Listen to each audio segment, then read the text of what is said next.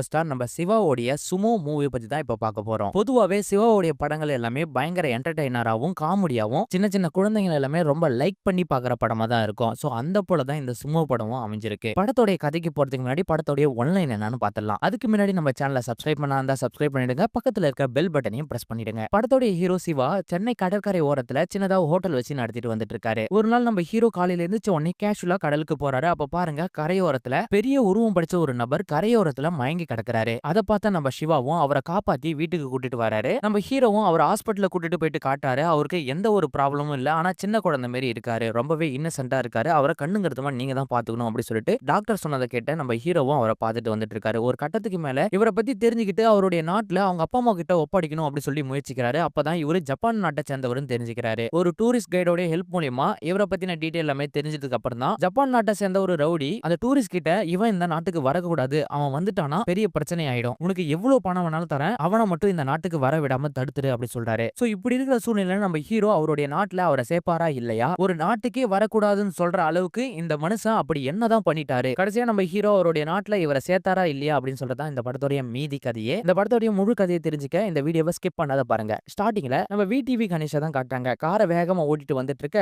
Check போஸ்ட்ல ஒரு police கிட்ட மாட்டிக்கிறாரு. இப்ப போலீஸ் விடிவி கணேஷோட காரை நிப்பாட்டி அவரை விசாரிச்சுட்டு வந்துட்டு இருக்காங்க. நீ ஏன் வேகமா வந்த, நீ குடிச்சிருக்கியா அப்படி சொல்லிட்டு வாய ஊத சொல்றாங்க. நம்ம விடிவி கணேஷும் வாய ஊதி மாட்டிக்கிட்டாரு. நம்ம விடிவி கணேஷ் ஃபுல்லா குடிச்சிருக்காரு. ட்ரங்க் அண்ட் டிரைவ் கேஸ்ல உன்னை அரெஸ்ட் பண்றேன் அப்படி சொல்லிட்டு அந்த போலீஸும் சொல்லிடுறாங்க. அது மட்டும் இல்லாத உன்னுடைய டிக்கியை ஓபன் பண்ணு, அதுக்குள்ள ஏதாவது சரக்கு வச்சிருக்கியா அப்படி சொல்லிட்டு கேட்க நம்ம விடிவி கணேஷும் டிக்கியை ஓபன் பண்றாரு. டிக்கிக்குள்ள ஒரு பெட்டி இருக்கு. போலீஸ் அந்த பெட்டியை பார்த்த உடனே இது என்ன பொட்டி, அதை ஓபன் பண்ணி காட்டு அப்படி சொல்றாரு. நம்ம விடிவி கணேஷ் என்ன ஆனாலும் சரி நான் இந்த பொட்டியை ஓபன் பண்ணி காட்ட மாட்டேன், என்ன விடுங்க, நான் இந்த இடத்துல இருந்து போகணும் அப்படி சொல்லிட்டு ரொம்ப பரபரப்பா இருந்துட்டு இருக்காரு. அப்ப அந்த போலீஸும் நீ இதுக்கெல்லாம் சரிப்பட்டு வர மாட்டேன், நீ உடனே ஸ்டேஷன் கிளம்பியோ, அங்க எங்க இன்ஸ்பெக்டர் இருக்கிறாரு, எதா இருந்தாலும் நீ இன்ஸ்பெக்டர் பேசிக்கோ அப்படி சொல்லிட்டு நம்ம விடிவி கணேஷ் அந்த பெட்டியோடையும் போலீஸ் ஸ்டேஷனுக்கு கூட்டிட்டு போயிடுறாங்க. அங்க போய் பார்த்தா இன்ஸ்பெக்டர் வேற யாருமே இல்ல, நம்ம சதீஷ் தான். இப்போ இன்ஸ்பெக்டர் சதீஷ் வந்த உடனே கான்ஸ்டபிளை பார்த்து யார் இவன், இவனை கூட்டு உட்கார வச்சிட்டு இருக்குங்க கேட்டு விசாரிச்சிட்டு இருக்காரு. அப்ப கான்ஸ்டபிளும் ட்ரங்க் அண்ட் டிரைவ் கேஸ்ல இவனை அரெஸ்ட் பண்ணிருக்கோம், அவன் கையில ஒரு பெட்டி வச்சிருக்கான், அந்த பெட்டியை ஓபன் பண்ணி காட்ட மாட்டேன்னு சொல்லி பிடிவாதம் பிடிக்கிறான். நீங்க வந்தாதான் ஓபன் பண்ணுவோம்னு சொல்றான். அந்த பெட்டிக்குள்ள என்ன இருக்குன்னு எங்களுக்கு தெரியாது, நீங்க தான் ஓபன் பண்ணும் அப்படி சொல்லிட்டு கான்ஸ்டபிள் நம்ம சதீஷ் கிட்ட சொல்ல சதீஷும் விடிவி கணேஷை பார்த்து அந்த பெட்டியை ஓபன் பண்றியா இல்லையா அப்படி சொல்லி கேட்கிறாரு. அதுக்கு விடிவி கணேஷும் நான் பெட்டியை ஓபன் பண்ணி காட்டுறேன், ஆனா அதுக்கு முன்னாடி உங்களுக்கு ஒரு கதை சொல்றேன், அதை கேளுங்க அப்படி சொல்றாரு. அதுக்கு நம்ம சதீஷும் உன் கதையை கேட்கலாம் எனக்கு டைம் இல்ல, நீ பெட்டி ஓபன் பண்றியா இல்ல உன்னை தூக்கி ஜெயில போடவா அப்படி சொல்லி கேட்கிறாரு. அதுக்கு விடிவி கணேஷும் நீங்க என்னதான் என்ன வற்புறுத்தி அடிச்சு உதச்சி கேட்டாலும் நான் கதையை சொல்லாம இந்த பெட்டியை ஓபன் பண்ண மாட்டேன் அப்படி சொல்றாரு. என்னடா இவன் இப்படி சொல்றானே அப்படி சொல்லிட்டு கான்ஸ்டபிளும் நம்ம இன்ஸ்பெக்டர் சதீஷும் சேர்ந்துக்கிட்டு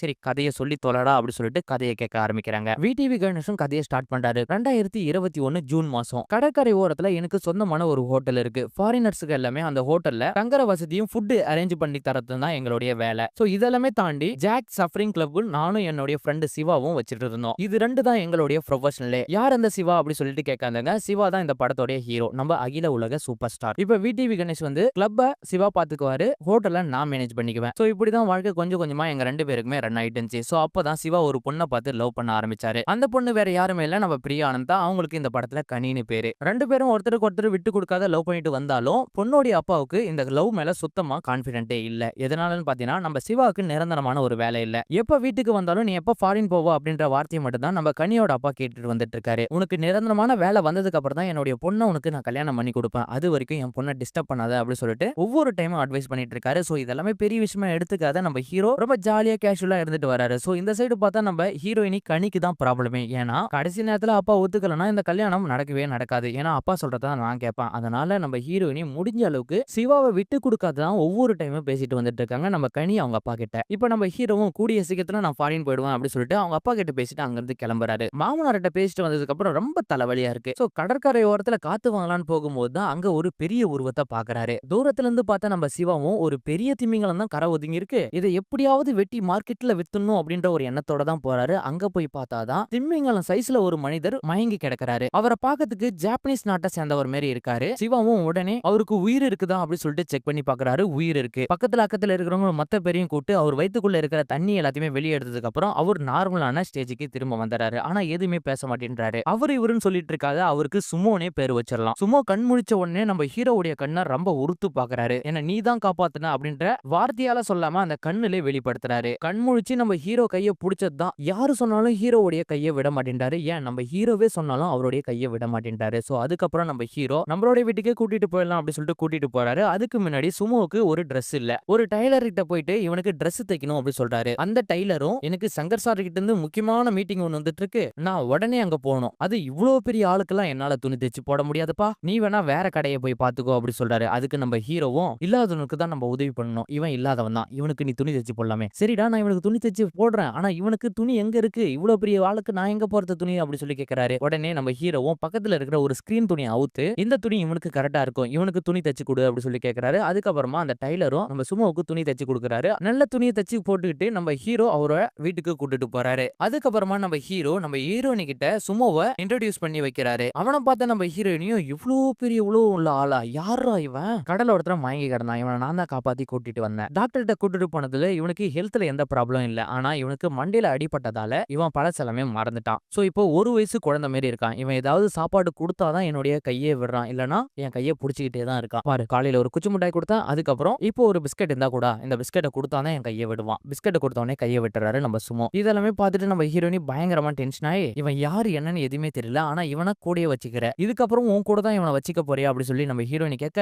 ஏன் கூட இல்லமா நம்ம கூட வச்சுக்க போறோம் அப்படி சொல்றாரு. சோ அங்க கட் பண்ணி இப்ப கரண்ட் சுச்சுவேஷன்ல நம்ம விடிவி கணேஷும் சதீஷும் தான் காட்டுறாங்க. சதீஷ் விடிவி கணேஷை பார்த்து பெட்டியில என்ன இருக்குன்னு சொல்லிட்டு தான் உங்ககிட்ட கேட்டேன், ஆனா நீ தேவையில்லாத ஒரு கதையெல்லாம் சொல்லிட்டு இருக்க, இந்த கதைலாம் எனக்கு தேவையா, எனக்கு பெட்டியில என்ன இருக்குன்னு தான் தேவை, சோ அதை சொல்றியா இல்லையா அப்படி சொல்லிட்டு நம்ம சதீஷ் விடிவி பார்த்து கேட்கறாரு. இந்த பெட்டியில இருக்குது என்னன்னு சொல்லணும்னா இந்த கதையை கேட்டாதான் உங்களுக்கு தெரியும் அப்படி சொல்றாரு. திருப்பி இந்த கதையை ஸ்டார்ட் பண்றாரு. இப்ப நம்ம ஹீரோ சுமோவை கூட வச்சிட்டு இருக்கதால எல்லார் சைடு இருந்து இவருக்கு பெரிய கெட்ட பேர் வந்துட்டு இருக்கு. அதாவது விடிவி கணேஷ் இருந்து ஒரு கெட்ட பேர் வருது, இன்னொரு சைடு நம்ம ஹீரோயினி கனிகிட்ட இருந்து ஒரு கெட்ட பேர் வருது. என்ன லவ் பண்ணிக்கிட்டு என் கூட டைம் ஸ்பெண்ட் பண்ணாத யார் இவனே தெரியல, அவன் கூட வச்சுக்கிட்டு தேவையில்லாத வேலைகள் எல்லாமே நீ பண்ணிட்டு இருக்க, சோ இது எனக்கு சுத்தமா பிடிக்கல அப்படி சொல்லிட்டு அவங்களும் நிராகரிக்கிறாங்க. இன்னொரு சைடு பார்த்தா விடிவி கணேஷும் இவன் தின்னுகிட்டே இருக்கான், நம்ம இருக்கிற பணத்தை எல்லாத்தையும் மொத்தமும் அழிச்சிருவான் நாட்டக்குது. அது மட்டும் இல்ல ஹோட்டல்ல கஸ்டமருக்காக வச்சிட்டு இருக்க ஃபுட் எல்லாமே சும்மா ஒரே ஆளே சாப்பிட்டுறாரு. இதை பார்த்து நம்ம வீட்டையும் பயங்கரமா டென்ஷன் ஆகி சுமோவையும் நம்ம ஹீரோவையும் இந்த ஹோட்டலையும் இந்த கிளப்புக்கும் உனக்கும் எதுக்கும் சம்பந்தம் இல்ல, வெளியே போ அப்படி சொல்லி அனுப்பிச்சு விடுறாரு. சோ இப்ப நம்ம ஹீரோக்கு எங்க போறது என்ன பண்றதுன்னு ஒண்ணுமே புரியல. அப்பதான் ரோட்டு ஓரத்துல இட்லி சாப்பிடுற போட்டி நடக்குது. அந்த போட்டியில நம்ம ஹீரோ சுமோவை கலந்துக்க சொல்றாரு. போட்டியோட ரூல்ஸ் என்னன்னு பாத்தீங்கன்னா 100 இட்லியை 20 நிமிஷத்துல சாப்பிடணும். ஃபர்ஸ்ட் பிரைஸ் 1 லட்சம், ரெண்டாவது பிரைஸ் 50,000. சோ நம்ம ஹீரோ சுமோவை கலந்துக்க சொல்லி சுமோவும் ஃபர்ஸ்ட் பிரைஸ் அடிச்சாரு. 1 லட்ச ரூபாய் வந்த உடனே அந்த காசை எடுத்து போயிட்டு விடிவி கணேஷ் மூஞ்சிலே அடிக்கிறாரு. உனக்கு காசு தானே வேணும், உன்னை அப்பா மாதிரி பார்த்தா, ஆனா காசுக்காக வீட்டு விட்டு என்ன வெளியே தோத்துட்டே அப்படி சொல்லிட்டு வருத்தமா பேசிட்டு இருக்க. அப்பதான் நம்ம ஹீரோ விடிவி கணேஷ் ஹீரோயினி இவங்க எல்லாமே சேர்ந்து ஒரு முடிவு எடுக்கிறாங்க. இனி என்ன ஆனாலும் பரவாயில்ல, சுமோ யாரு என்னன்னு தெரிஞ்சுக்கிட்டு அவனை அவன் ஊருக்கும் அவங்க அப்பா அம்மாவோடையும் சேர்த்து வைக்கிறது நம்மளுடைய வேலை அப்படி சொல்லிட்டு முடிவு எடுக்கிறாங்க. சோ அதுக்கப்புறமா சுமோவுடைய உருவத்தை வச்சு நிறைய இடத்துல பணம் சின்ன சின்னதா கலெக்ட் பண்ண ஆரம்பிக்கிறாங்க நம்ம ஹீரோவும் விடிவி கணேஷும். அடுத்த நாள் பாத்தீங்கன்னா விநாயகர் சதுர்த்தி. விநாயகர் புதுசா தான் வாங்கி வைக்கணும். ஆனா நம்ம ஹீரோ என்ன பண்றாருன்னா விநாயகர்லாம் வாங்க தேவையில்ல, விநாயகருக்கு நான் ஏற்பாடு பண்றேன் அப்படி சொல்லிட்டு நம்ம சும்மாவே விநாயகரா மாத்தி எல்லாரையும் ஆசீர்வாதம் பண்ற மாதிரி மாத்துறாரு. சோ அதை பார்த்த ஒரு ரோட்டரி கிளப்போட மேனேஜர், நாளைக்கு எங்க கிளப்ல ஒரு ஃபெஸ்டிவல் இருக்கு, அந்த ஃபெஸ்டிவலுக்கு உங்க விநாயகர் எங்களுக்கு தர முடியுமான்னு சொல்லி கேட்கிறாரு. அதுக்கு நம்ம ஹீரோவும் விடிவி கணேஷும் ஒத்துக்கிட்டு நம்ம சுமோவை விநாயகர் கெட்டப்ப மாத்தி அந்த ரோட்டரி கிளப்புக்கு கூட்டிட்டு போறாங்க. நம்ம சுமோ ரோட்டரி கிளப்ல உட்கார்ந்துட்டு இருக்க நம்ம ஹீரோக்கு திடீர்னு ஒரு ஃபோன் கால் வருது. யாருன்னு பார்த்தா நம்ம ஹீரோயின் தான். எங்க அப்பா கல்யாணம் பண்ணிக்க சொல்லிட்டு பிரஷர் பண்ணிட்டு இருக்காரு. அது மட்டும் இல்லாத யோகி பாபு நடுவுல வந்து குறுக்கால ஆட்டத்தை கலைச்சிட்டு இருக்கான். எங்க அப்பாவுக்கு சரக்கு வாங்கி கொடுத்து அவரை கன்வின்ஸ் பண்ணிடுவான் நாட்டுக்குது, அதுக்குள்ளே நீ ஏதாவது பண்ணி ஆகணும், எதுக்கு கவலைப்படாத நான் உன்னை பாத்துக்கிறேன் அப்படி சொல்லிட்டு அட்வைஸ் பண்ணிட்டு நம்ம ஹீரோ வந்து மீட்டிங்ல பார்த்தா நம்ம சுமோவை காணோம். ஹீரோவும் அங்கேயும் இங்கேயும் தேடி சுமோவை கண்டுபிடிச்சாரு. அப்ப பாருங்க நம்ம விடிவி கணேஷ் அவருடைய நாட்டுக்கொடியை ரொம்ப உறுத்து பார்த்துட்டு இருக்காரு. சோ அப்பதான் இவருக்கு புரிய வருது, சோ இவருடைய நாட்டுக்கு நம்ம அனுப்பிச்சு வைக்கணும், ரொம்ப நாள் ஆச்சு அப்படி சொல்லிட்டு ஒரு டூரிஸ்ட் கைட போய் பாக்குறதுக்காக போறாரு. போகும்போது நம்ம சுமோவையும் அழைச்சிட்டு போறாங்க. அப்ப பாருங்க அந்த டூரிஸ்ட் கைடும் இவனை அவனுடைய நாட்டுக்கு அனுப்பத்துக்கு நிறைய பணம் செலவாகும். அது மட்டும் இல்லாத இவனுடைய டீடைல் எல்லாமே ஃபர்ஸ்ட் நான் தெரிஞ்சுக்கணும். தமிழ்நாடு எம்பேசில இருந்து ஜப்பானுடைய எம்பேசிக்கு நான் பேசணும். சோ அதுக்கு ஃபர்ஸ்ட் ஒரு 1 லட்ச ரூபாய் பணத்தை கட்டுன்னு சொல்றாரு. சோ நம்ம ஹீரோ கையில இருந்த பணத்தை கட்டிட்டு அங்கிருந்து கிளம்பி போயிடறாங்க. சோ அதுக்கப்புறம் ஒரு வாரம் கழிச்சு திரும்ப வந்து நம்ம ஹீரோ என்ன நிலவரன்னு சொல்லி கேட்கிறாரு. அப்ப பாருங்க அந்த டூரிஸ்ட் கைடு வந்து நம்ம ஹீரோவை மழுப்புறாரு. சோ அத நம்ம ஹீரோ எப்படியோ புரிஞ்சுக்கிட்டு ஆரம்பத்துல ஒரு மாதிரி பேசிட்டு இருந்தான், ஆனா இந்த ஒரு வாரத்துல அவனுக்குள்ள ஏதோ சேஞ்சஸ் ஆயிருக்கு. சோ அவன் நம்ம கிட்ட ஏதோ ஒண்ணு மறைக்கிறான் அப்படி சொல்லிட்டு நம்ம விடிவி கணேஷ் கிட்ட சொல்லி அவனை எப்படியாவது கடத்திட்டா அவங்க கிட்ட இருந்து மொத்த இன்ஃபர்மேஷன் வாங்கிடலாம் அப்படி சொல்லிட்டு அந்த டூரிஸ்ட் கைட கடத்துறாங்க. அதுக்கப்புறம் நம்ம ஹீரோவும் விடிவி கணேஷும் சேர்ந்து அந்த டூரிஸ்ட் கைட அடிச்சு விசாரிக்கும் போது தான் ஒரு உண்மையே சொல்றாங்க. அது என்னன்னு பாத்தீங்கன்னா சுமோ வந்து ஜப்பான் நாட்டுல ஒரு மல்யுத்த வீரர், பல போட்டியில நிறைய பேரை தோக்கடிச்சு வின் பண்ணிருக்காரு. அது மட்டும் இல்லாத ஜப்பானுக்கு பெருமை சேர்த்த ஒரு நபர்னா இந்த சுமோ தான். அன்னைக்கு இவருடைய டீட்டெயில விசாரிக்கலாம் அப்படி சொல்லிட்டு நான் ஜப்பானுடைய எம்பசி கிட்ட பேசும்போது ஜப்பானுடைய எம்பசில இருக்கிற ஒரு பர்சன் என்ன சொல்றாருன்னா, உனக்கு எவ்வளவு பணம் வேணாலும் தரேன், ஆனா இவனை மட்டும் ஜப்பானுக்கு மட்டும் வரவிடாத தடுக்கணும் அப்படி சொல்றாரு. சோ அந்த பணத்தாசைக்காக தான் நான் உங்ககிட்ட இவ்வளவு நாளா மழுப்பிட்டு இருந்தேன். ஆனா சோ இதுக்கப்புறம் நான் எந்த ஒரு பொய்யும் சொல்ல மாட்டேன். சுமோவை அவருடைய நாட்டுக்கு அனுப்புறதுக்கு நானும் ஒரு உதவியா இருக்கு அப்படி சொல்லிட்டு அந்த டூரிஸ்ட் கைடும் நம்ம ஹீரோக்கு ஹெல்ப்ஃபுல்லா மாறிட்டாரு. சோ இப்ப நம்ம ஹீரோ, விடிவி கணேஷ், ஹீரோயினி எல்லாருமா சேர்ந்துக்கிட்டு இவனை எப்படியாவது அனுப்பணும் அப்படின்ற முயற்சியில இருக்காங்க. சோ அப்ப பாருங்க அந்த டூரிஸ்ட் கைடு ஒன்னு சொல்றாரு, இவனை அவருடைய நாட்டுக்கு அனுப்பணும்னா நீங்களும் கூட போய் ஆகணும். சோ இது எல்லாமே கணக்கு போட்டு பார்த்தா நிறைய லட்சக்கணக்கில் பணம் செலவாகும். இது எல்லாமே நீங்க எப்படி மேனேஜ் பண்ண போறீங்க அப்படின்ற மாதிரிலாம் அந்த டூரிஸ்ட் கைடு நம்ம ஹீரோவை பார்த்து கேட்க, அந்த ஊர்ல இருக்கிறவங்க எல்லாருமே சுமோவுக்காக நான் இதை பண்ண மாட்டேனா, அதாவது சுமோ வந்ததுக்கு அப்புறம் எனக்கு நிறைய உதவியா இருந்துச்சு, சந்தோஷமா இருந்துச்சு, இவரை பார்க்கும் போதே ரொம்ப ஆச்சரியமான மனிதராகவும் இருக்காரு. சோ அப்படின்ட்டு அந்த ஊர்ல இருக்கிறவங்க எல்லாருமே நம்ம ஹீரோக்கு கொஞ்சம் கொஞ்சம் பணத்தை கொடுத்து ஹெல்ப் பண்ண ஆரம்பிக்கிறாங்க. சோ அந்த பணத்து மூலியமா நம்ம ஹீரோவும் ஜப்பானுக்கு போகலாம் அப்படி சொல்லிட்டு முடிவு எடுக்கிறாரு. சோ அப்ப பாருங்க அந்த டூரிஸ்ட் கைடு சொல்றாரு, இவரை ஜப்பானுக்கு கூட்டிட்டு போகும்போது யாருக்கும் தெரியாம கூட்டிட்டு போகணும். சோ அதனால நம்ம hero, VTV Ganesh and Sumo இவங்க 3 பேரும் மாறு வேஷத்துல ஜப்பானுக்கு போயிட்டு இறங்குறாங்க. அப்படி போகும்போது அந்த டூரிஸ்ட் கைடு சொல்றாரு, ஜப்பானுக்கு போயிட்டதுக்கு அப்புறமும் அங்க ஒரு கைடு உங்களை, அந்த பொண்ணுக்கு தமிழ் நல்லாவே அண்டர்ஸ்டாண்ட் ஆகும், ஆனா தமிழ் மட்டும் பேசாது. சோ அவங்க கிட்ட பார்த்து இருந்துக்குங்க. அது மட்டும் இல்லாத சுமோ இருக்கிறத அந்த அந்த நாட்டுல இருக்கிற யாருக்கிட்டையும் காட்டிக்காதுங்க அப்படின்ற மாதிரி சொல்லி அனுப்புறாரு. சோ நல்லபடியா 3 பேருமே ஜப்பான் நாட்டுல போயிட்டு இறங்குறாங்க. அவங்க பாருங்க ஏர்போர்ட்லயே ஒரு பிரச்சனை நடக்குது. அது என்னன்னு பாத்தீங்கன்னா, எப்படியோ அந்த ஜப்பான்ல இருக்கிற ரவுடிக்கு சுமோ திருப்பின்னு இந்த நாட்டுக்கு வந்துட்டான் அப்படின்ற இன்ஃபர்மேஷன் எப்படியே தெரிஞ்சு போயிட்டு ஏர்போர்ட்லயே வந்து நம்ம சுமோவை கடத்துறதுக்கு ட்ரை பண்றாங்க. சோ அந்த இடத்துல வேற ஒரு டீம் வந்து நம்ம சுமோவையும் நம்ம ஹீரோவையும் கடத்திட்டு போயிடுறாங்க. சோ அவங்க யாருன்னு பாத்தீங்கன்னா சுமோவோடைய வாத்தியார். சோ அவர் தான் நம்ம ஹீரோ கிட்ட எல்லா உண்மையும் சொல்றாரு. அதாவது சுமோ ஜப்பான்ல பாரம்பரியமான விளையாட்டுனா இந்த மல்யுத்த போட்டி தான். இதுல கலந்துகிட்டு நிறைய பேர் விளையாடிட்டு வந்துட்டு இருக்காங்க. சோ அப்படி நிறைய பரிசுகளையும் நிறைய சாதனைகளையும் படைச்சது இந்த சுமோ தான். சோ இவனை வந்து எப்படியாவது கடத்தணும் அப்படி சொல்லிட்டு இந்த நாட்டுல இருக்கிறவங்க எல்லாருமே ஆப்போசிட்டா இருந்துட்டு வராங்க. சோ இன்னும் கொஞ்சம் நல்ல மல்யுத்த போட்டி தொடங்க போகுது, அதை எப்படியாவது இவனை ப்ரிப்பேர் பண்ணி ஆகணும் அப்படி சொல்லிட்டு நம்ம ஹீரோ கிட்ட சொல்ல, நான் கூடவே இருந்து பாத்துக்கிறேன் அப்படின்ற மாதிரி நம்ம ஹீரோ ஆரம்பத்தில் சொல்றாரு. ஆனா இந்த சைடு பார்த்தா நம்ம ஹீரோயின் இருந்து நம்ம ஹீரோக்கு போன் கால் வருது, நீ வரதுக்குள்ளே எங்க அப்பா வேற யாராவது கல்யாணம் பண்ணி வச்சிருவானோ எனக்கு பயமா இருக்கு அப்படின்ற மாதிரி எல்லாம் சொல்ல, நம்ம ஹீரோவும் அந்த மாஸ்டரை போய் பார்த்து சுமோவை தான் உங்ககிட்ட ஒப்படைச்சிட்டேன், இதுக்கப்புறம் எனக்கு இங்க என்ன வேலை, நான் கிளம்புறேன் அப்படி சொல்றாரு. அப்பதான் அந்த மாஸ்டர் ஒரு விஷயத்த சொல்றாரு, நீ கண்டிப்பா இந்த இடத்துல இருக்கணும் அப்படின்றாரு. அப்படி பேசி வாய மூடல பின்னாடி வில்லன் டீம் வந்து மாஸ்டரை கத்தியால குத்தி அட்டாக் பண்ணிடுறாங்க. சோ இப்ப மாஸ்டரும் போயிட்டாரு அப்படி சொல்லிட்டு சுமோவும் பயங்கரமா ஃபீல் பண்ணிட்டு பேசிட்டு வந்துட்டு இருக்காரு. அதே போல அவருக்கு ட்ரீட்மெண்ட்டும் அந்த நாட்டுல இருந்து கொடுத்துட்டு வந்துட்டு இருக்காங்க. சோ அதுக்கப்புறமா கொஞ்சம் கொஞ்சமா குணமாயிட்டு நம்ம சுமோ அப்பதான் உணர்றாரு, சோ இதெல்லாமே என்னுடைய பிரச்சனை தான், எனக்காக தான் எல்லாருமே இவ்வளவு கஷ்டப்பட்டு இருக்காங்க அப்படி சொல்லிட்டு நம்ம ஹீரோ கிட்ட வருத்தமா பேசிட்டு வந்துட்டு இருக்காரு. சோ அப்ப நம்ம சுமோ நம்ம ஹீரோவை பார்த்து ஒரு பிளாஷ்பேக் சொல்றாரு. அது என்னன்னு பாத்தீங்கன்னா, கொஞ்சம் வருஷத்துக்கு முன்னாடி மல்யுத்த போட்டியில நான் தான் வின் பண்ணுவேன், நிறைய பரிசுகள்லாம் கிடைக்கும், ஆனா சில பேருக்கு அது பிடிக்காது. சோ இத வந்து இந்த போட்டியே காசுக்காக விற்க ஆரம்பிச்சாங்க. சோ அதுலதான் நான் தெரியாதனமா விழுந்துட்டேன். அது என்னன்னு பாத்தீங்கன்னா, எங்க மாஸ்டர் வயசாகி போச்சு, சோ இவருக்கு எப்படியாவது ஹெல்ப் பண்ணணுமே அப்படின்றதுக்காக யோசிச்சுன்ற நிலைமையில வில்லன் டீம்ல இருக்கிற ஒருத்தர் வந்து, நீ இந்த போட்டியில தோத்துட்டனா உனக்கு கோடி கணக்கில் பணம் தரேன், அந்த பணம் வந்து உங்களுடைய டீமுக்கு உதவியா இருக்கும், வளர்ந்து வர பசங்களுக்கும் அந்த பணத்தை வச்சு உங்க மாஸ்டர் உதவி பண்ணுவாரு அப்படின்ற மாதிரி கன்வின்ஸ் பண்ணி நம்ம சுமோவை அந்த வில்லன் டீம் கூட்டிட்டு போயிடுறாங்க. ஆனா அங்க போய் பார்த்தா தான் தெரிய வருது, வில்லன் டீமோட ஆட்கள் எல்லாமே ஒரு பிஸ்கட் ஃபேக்டரி வச்சுட்டு வந்துட்டு இருக்காங்க. சோ அத சுமோ கிட்ட கொடுத்து இதை நீ ப்ரொமோஷன் பண்ணு சொல்லிட்டு வந்துட்டு இருக்காங்க. அப்ப பாருங்க ப்ரொமோஷனுக்காக நம்ம சுமோவும் அந்த பிஸ்கெட்டை சாப்பிடுறாரு. அந்த பிஸ்கெட்டை சாப்பிட்டோடனே மயங்கி விழுந்துறாரு. சோ இதுக்கப்புறம் இந்த மல்யுத்த போட்டியில நமக்கு எந்த ஒரு போட்டியாளருமே இல்ல, சோ வருகின்ற ஆட்டத்தை எல்லாமே நம்மளே ஜெயிப்போம் அப்படின்னு சொல்லிட்டு முடிவெடுக்கிறாங்க வில்லன் டீம். சோ அப்பதான் நம்ம சுமோ இருக்காரு பாத்தீங்களா, மயக்கத்துல இருக்கிற அவரை தமிழ்நாடு பார்டர்ல போயிட்டு கடல்ல தூக்கி போட்டுறாங்க. சோ இப்ப கரை ஒதுங்கி இருக்கிற நம்ம சுமோவை நம்ம ஹீரோ தான் காப்பாத்தி திருப்பினு இப்ப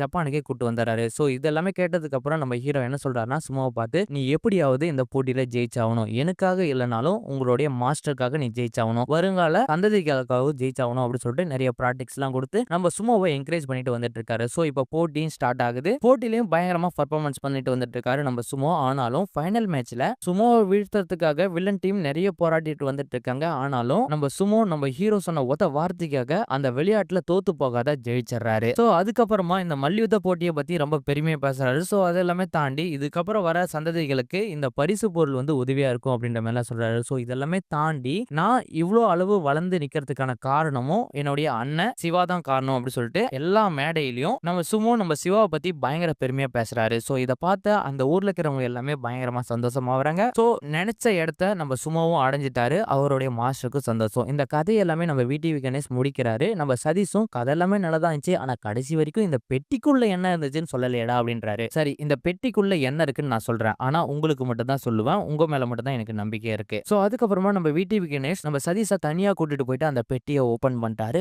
பயங்கரமான ஷாக். அந்த பெட்டிக்குள்ள ஃபுல்லா கோல்டு. அத பார்த்து நம்ம சதீஷும் பயங்கரமா ஷாக் ஆகி நிக்கிறாரு. சோ இதெல்லாமே கவர்மெண்ட்டுக்கு ஒப்படைக்கணும் அப்படின்ற ஒரு வார்த்தையை சொன்னாலும் நான் ரொம்பவே கஷ்டப்படுற ஆளு. நான் இதை எடுத்துட்டு போறேன் அப்படின்னு சொல்லிட்டு நம்ம விடிவி கணேஷ் சொல்றாரு. சோ அப்பதான் நம்ம விடிவி கணேஷ் இன்னொரு உண்மையை சொல்றாரு. அது என்னடான்னு பாத்தீங்கன்னா அந்த சுமோ ரொம்பவே லக்கியான ஆளு. அவன் கூட யாரு இருந்தாலும் அவங்களுக்கு இந்த போல எதிர்பாராத ஒரு கிஃப்ட் எல்லாமே கிடைக்கும். ஒரு நாள் சோகத்துல நான் குடிச்சிட்டு கரையோர ஒதுங்கி இருக்க எனக்கு இந்த கிஃப்ட் கிடைச்சிச்சு. இந்த கிஃப்ட நான் சிவாவுக்கு கொடுக்கலான்னு போன் பண்ணா அவன் லவரோடைய ஆஸ்திரேலியாவில இருக்கான். அங்கேயே செட்டில் ஆக போறேன். உன்னுடைய வாழ்க்கையை நீ பாத்துக்கோ அப்படின்னு சொல்லிட்டான். அதுக்கப்புறம் இந்த தங்கத்தை எடுத்துட்டு வரும்போது தான் உங்களுக்கு எண்ணெயை பிடிச்சாங்க. இப்ப நான் இந்த தங்கத்தை எடுத்துட்டு போகவா வேண்டவா அப்படின்னு சொல்லிட்டு சதீஷா பார்த்து கேட்க சதீஷும் இந்த நகையை கொண்டு போறது தப்பு தான். ஆனா நீ சொன்ன கதைக்காகவே இந்த நகையை கொண்டுட்டு போ அப்படின்னு சொல்றாரு. நான் 5ன்றதுக்குள்ள இங்கிருந்து ஓடிட்டு போயிடு அப்படின்னு சொல்றாரு. சோ நம்ம விடிவி கணேஷும் அந்த இடத்துல இருந்து ஓடி போயிடுறாரு. ஆனா போகும்போது நம்ம சதீஷுக்கும் ஒரு பங்கு அந்த இடத்துல வச்சுட்டு போறாரு. சோ அதோட இந்த படத்தோட கதையும் முடிக்கிறாங்க. ஒரு பெட்டிக்குள்ள என்ன இருக்கு அப்படி சொல்லிட்டு ஒரு கதையை ஸ்டார்ட் பண்ணி அந்த பெட்டிக்குள்ள என்ன இருக்குன்னு சொல்லாம வேற ஒரு கதையை சொல்லி இந்த படத்தை முடிச்சிருக்காங்க. சோ இது ரொம்பவே அருமையான படம் தான். இந்த படத்தை தியேட்டர்ல மிஸ் பண்ணாத பாருங்க. இந்த படத்தோட ரிவ்யூ உங்களுக்கு பிடிச்சிருந்தா மறக்காம நம்ம சேனலை சப்ஸ்கிரைப் பண்ணிருங்க. பக்கத்துல இருக்க பெல் பட்டனையும் பிரஸ் பண்ணிடுங்க.